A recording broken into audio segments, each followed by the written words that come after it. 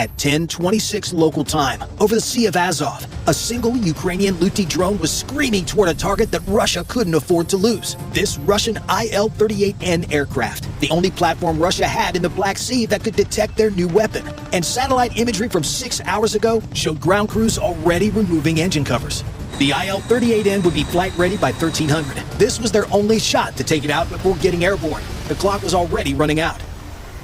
At 10:31, the Luty crossed the Ukrainian coastline and descended to 50 meters above gray winter water. Ahead lay 280 kilometers of open sea. At 220 kilometers per hour, the crossing would take 76 minutes. 76 minutes of silence. The drone's composite airframe shattered radar energy in every direction except back toward Russian stations, like throwing a handful of glitter instead of a mirror to see yourself. At 50 meters altitude, the Earth's curvature did the rest. Radar waves travel in straight lines, but the Earth doesn't cooperate. The drone was flying below the horizon, invisible to every Russian radar within 200 kilometers. For over an hour, it might as well not existed. Everything seemed to be a routine operation until it got over ground again. 11:47, when the drone made landfall east of Primorsko-Atarsk, 70 kilometers to Yeysk. 19 minutes to impact. The invisible phase was over. Now came the part where Russia got a vote. 3 seconds after crossing the coastline, that silence ended. If you look here at this cellular tower outside the village of Staroti-Turovskia, you'll see what looks like standard telecom equipment. A gray cylinder bolted to the frame, roughly the size of a coffee thermos. Inside are 4 omnidirectional microphones and a processor running classification algorithms. Clever. But clever only works if your enemy doesn't know about it. This is Russia's answer to radar-evading drones. You can't see what flies below the radar horizon, but you can hear it. The Luty's turbojet doesn't care about stealth. The engine produces 85 decibels at 100 meters, the sound of a motorcycle at highway speed. Compressor blades create a high-pitched whistle between 4,000 and 8,000 hertz. Combustion adds a lower rumble between 200 and 500 hertz. In cold December air, that sound carries far. Dense air transmits acoustic energy more efficiently than warm air. The microphone picked up the first traces at 11:47. Signal strength 53 decibels, about as loud as your coworker who swears nobody heard him rip one in the break room. Faint, but well above the 35 decibel ambient noise of a rural Russian winter morning. Russia had built microphones sensitive enough to catch Steve from accounting red-handed. The algorithm had found its needle.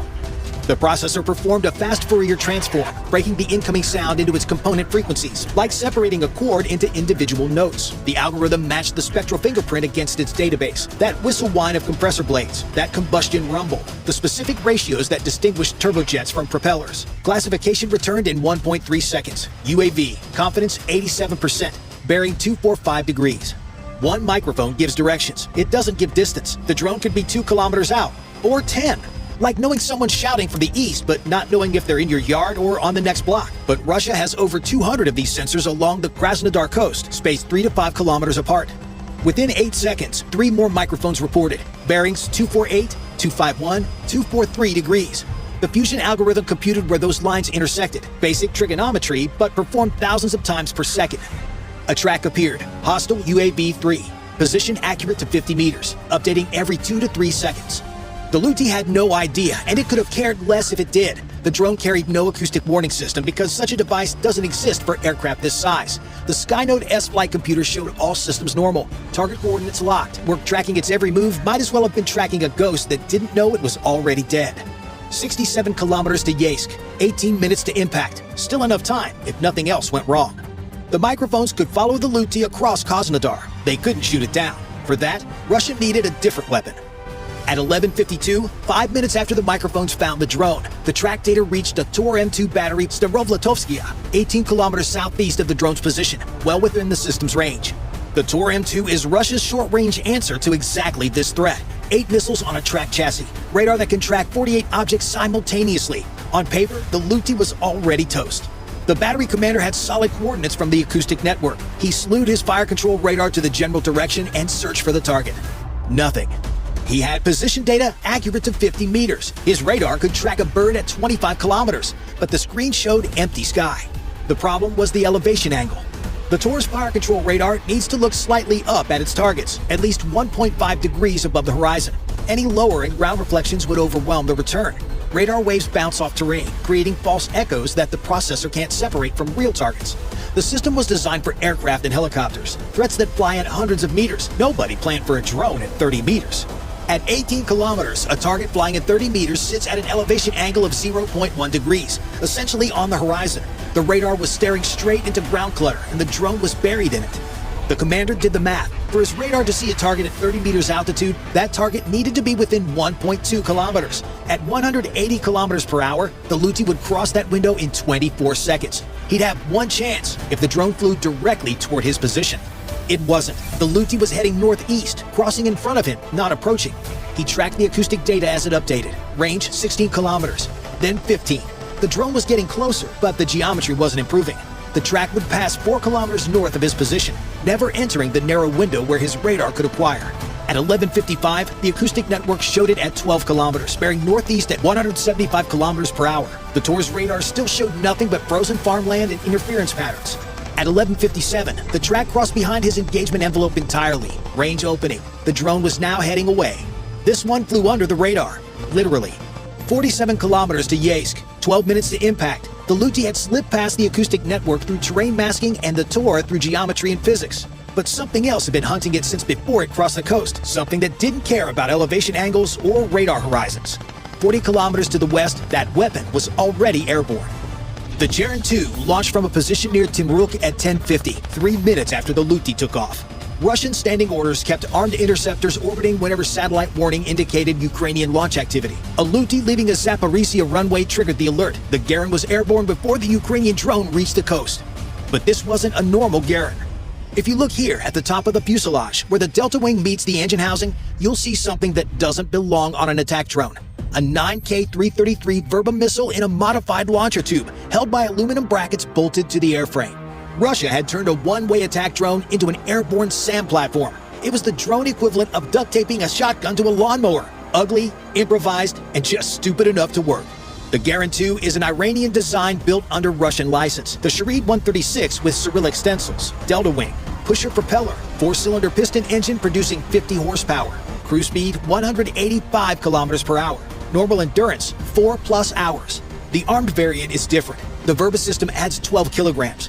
That extra weight cuts loiter time to 90 minutes. And if you look here at the mounting hardware, you'll see 2 black boxes near the launcher tube. These are servo motors. One controls the protective cover over the missile seeker. The other actuates the firing trigger. Cables run into the fuselage taped to the skin. This means the operator doesn't fire with a simple button press. He sends commands through a mesh network, a radio system where signals hop between relay drones and ground stations, each node passing data to the next until it reaches the drone. First command, open the cover. Second, align the drone. Third, fire. By 11:47, when the Luti made landfall, it had been airborne for roughly 60 minutes. 30 minutes of fuel remaining, 1 missile, 1 target hiding a 400-meter acoustic blur.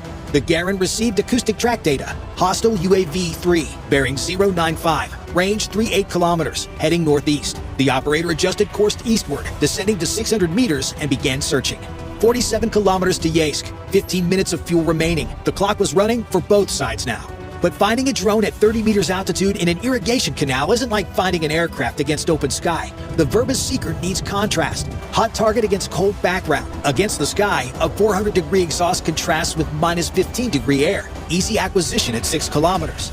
Against the ground, everything changes. Frozen farmland at minus 3 degrees. Plowed fields warming to plus 5 degrees. A complex thermal tapestry that all 3 seeker channels must somehow distinguish from the target. The operator searched for 6 minutes. His camera showed frozen fields, bare trees, the dark line of a canal. The acoustic network said the target was somewhere in a 400-meter ellipse, but somewhere isn't a firing solution. 12 minutes of fuel. The canal ended ahead. The Luti would have to climb. When it climbed, everything would change. At 11:59, the canal ended. Open farmland rose toward the northeast, no terrain to hide behind.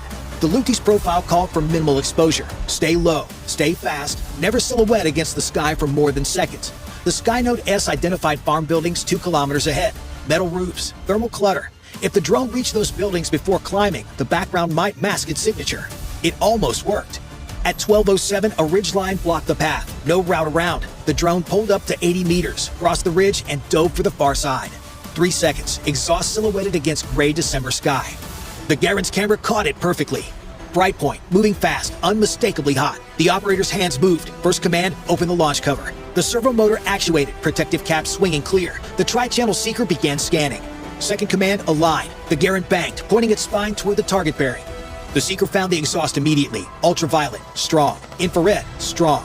Mid-infrared, strong. All three matched an engine profile, not a flare, not a thermal reflection, a real target.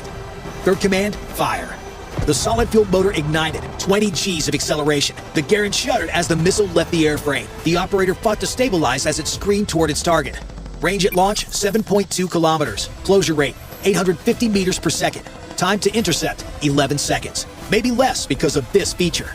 The Verba uses proportional navigation. The missile doesn't chase the target. It flies to where the target will be, constantly adjusting angle to cut off escape. Simple geometry, extremely difficult to defeat without countermeasures. The Luti had none. No chaff, no flares, no jamming. The drone was built for range and payload, not survivability.